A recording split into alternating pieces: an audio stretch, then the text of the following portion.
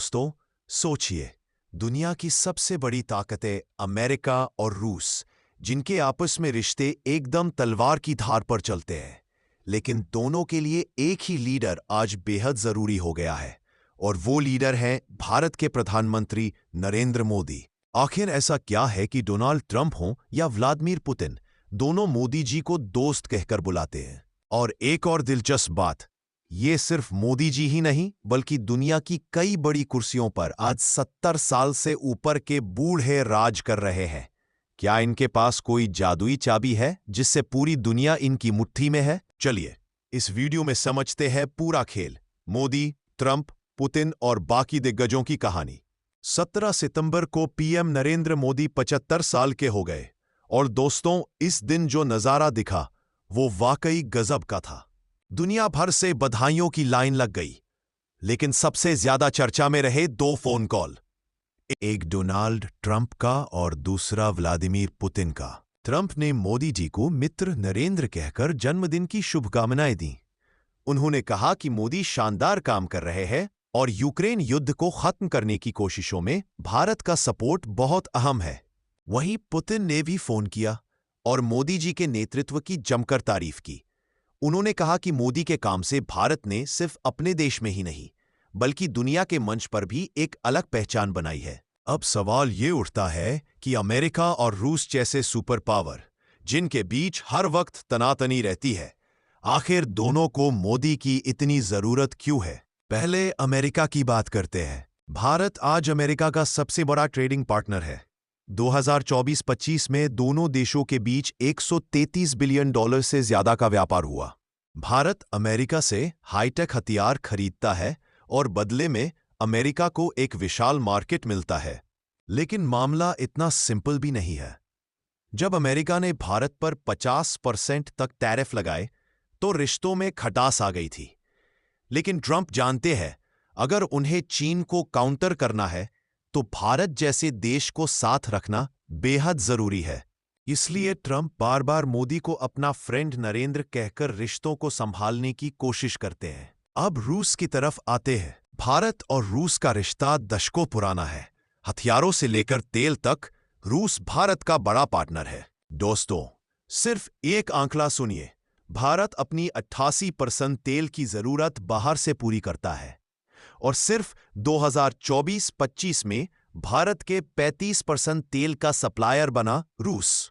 यानी अमेरिका चाहे जितना नखरे दिखा ले, भारत के लिए रूस भी उतना ही जरूरी है। पुतिन भी ये समझते हैं कि भारत अगर रूस से मुंह मोड़ लेगा तो यूक्रेन युद्ध के बाद लगे पश्चिमी प्रतिबंधों के बीच रूस की हालत और खराब हो जाएगी।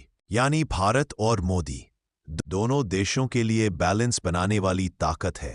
तो असली खेल ये है कि भारत किसी एक खेमे में नहीं जाता, न पूरी तरह अमेरिका के साथ, न पूरी तरह रूस के साथ। भारत हमेशा अपनी नॉन अलाइन पॉलिसी पर चलता है, यानी स्वतंत्र और निष्पक्ष। यही वजह है कि दुनिया के दोनों सुपर पावर मोदी को खुश रखने की कोशिश करते हैं। अमेरिका को चाहिए भारत का मार्केट और स्ट्रैटेजिक सपोर्ट, जबकि रूस को चाहिए तेल और हथियारों का भरोसेमंद खरीदार। और भारत को चाहिए दोनों से मजबूत रिश्ते, ताकि चीन जैसी चुनौती का सामना किया जा सके। अब जरा ध्यान दीजिए, मोदी जी के जन्मदिन के बहाने एक और दिलचस्प चीज सामने आई है। मोदी अकेले नहीं हैं जो 70 पार होकर भी सत्ता संभाले बैठे हैं। दुनिया के कई बड़े देशों में बुजुर्ग लीडर ही राज कर रहे हैं। अमेरिका के राष्ट्रपति डोनाल्ड ट्रंप 69 साल के, रूस के व्लादिमीर पुतिन 72 साल के, चीन के शी जिनपिंग 72 साल के, तुर्की के एर्दोगन 71 साल के, और हमारे अपने प्रधानमंत्री नरेंद्र मोदी 75 साल के।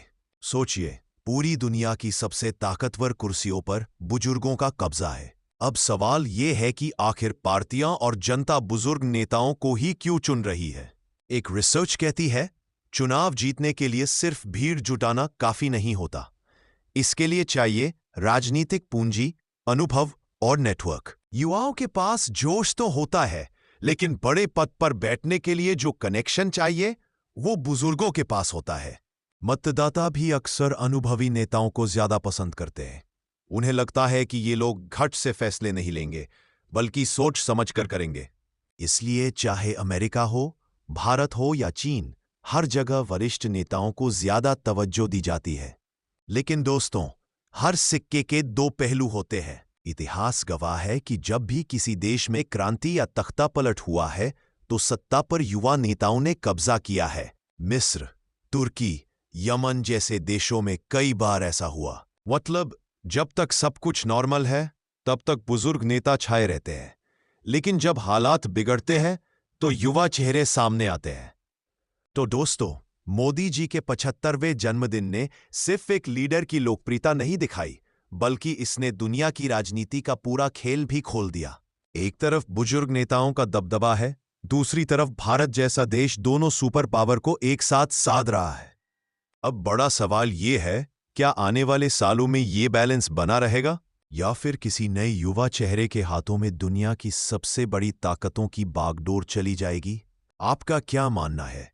दुनिया को बुजुर्ग नेता चाहिए या युवा? कमेंट में जरूर बताइएगा।